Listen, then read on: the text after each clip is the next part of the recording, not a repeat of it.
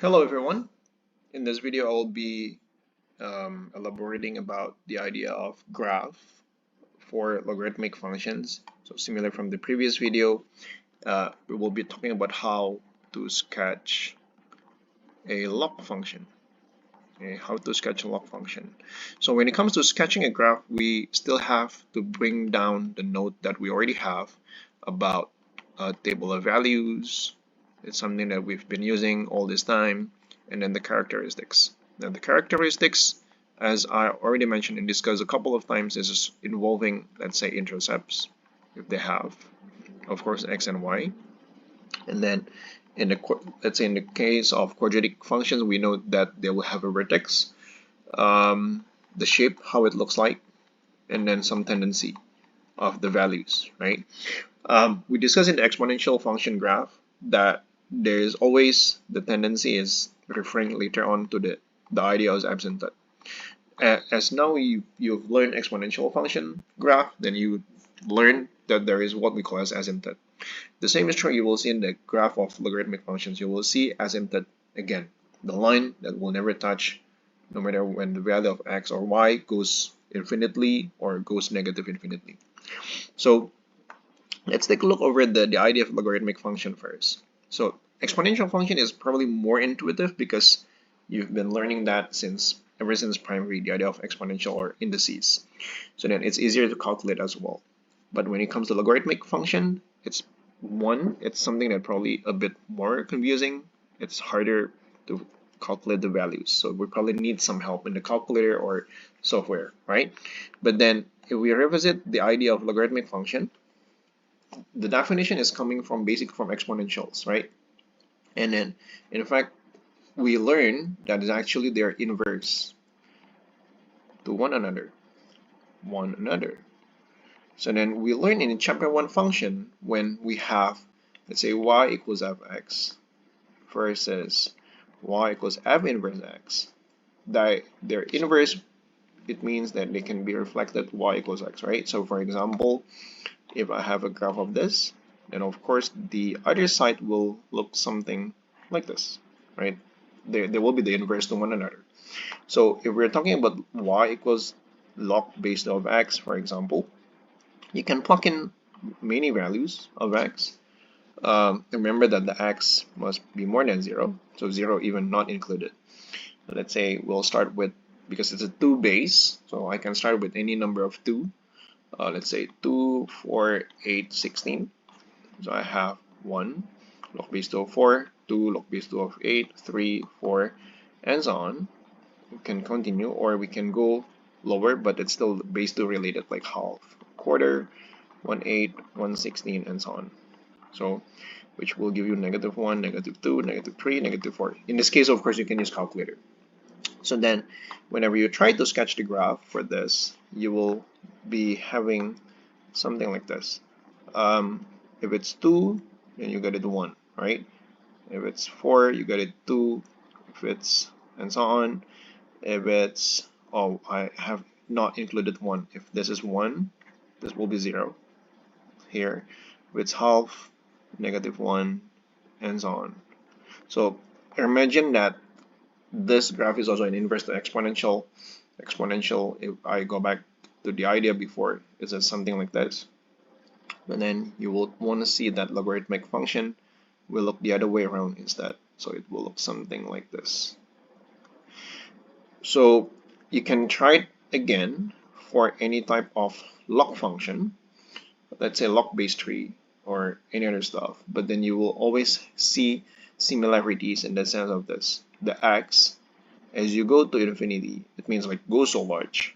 The y will also go so large. It's just that it goes very slow, but it will go so high eventually, but it's just very slow.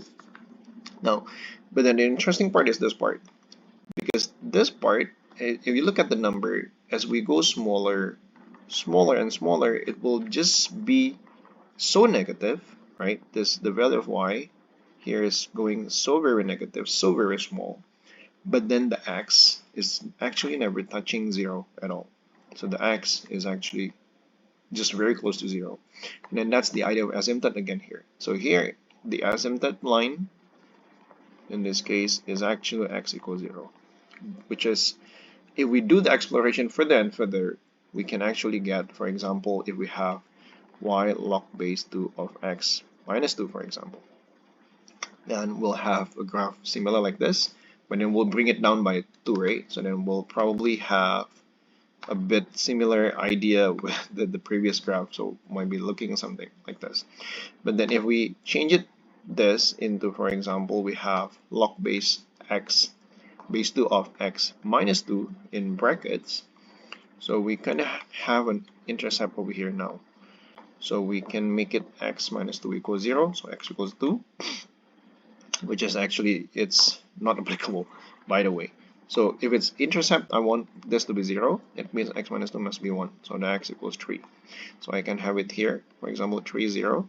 So you see it's different. This is 1, 0, and this is 3, 0 over here. So it's like kind of, I move it to the right side a bit. So then when x equals less than 2, this is not okay, because that violates, of course. So 2 is the best that you can get.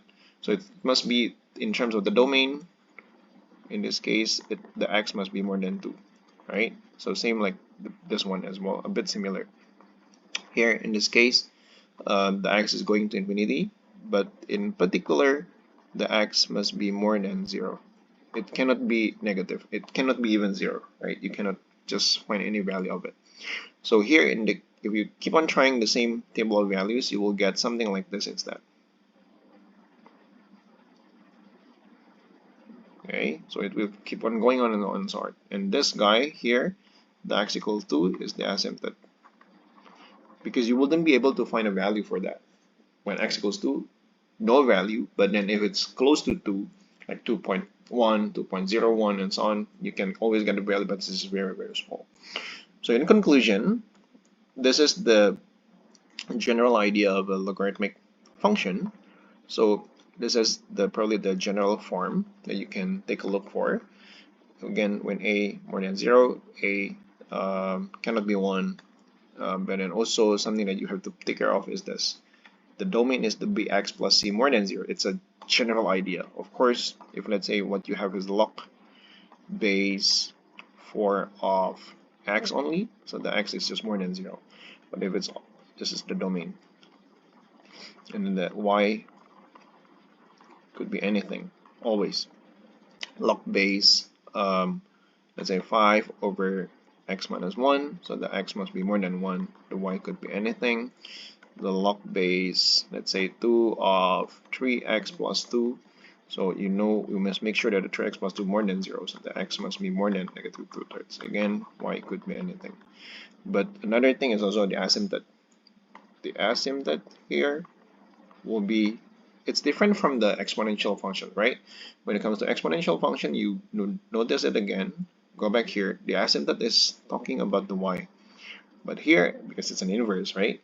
The asymptote is talking about the x instead. So in the case of this, the asymptote is x equals 0, x equals 1, here is x equals negative 2/3. Something that is interesting, that because they're always talking about the same values over here, right? So again, it's something that you can try to explore further when it comes to the graph, the tendency, how it looks like, and then how it's related to exponential function. Try using software so then it gets you better with the visual representation, because it will be easier through that as well. So but then do practice, then try to sketch a lot, so then you get a sense of how to sketch the two typical of graphs, logarithms and exponentials. Thank you.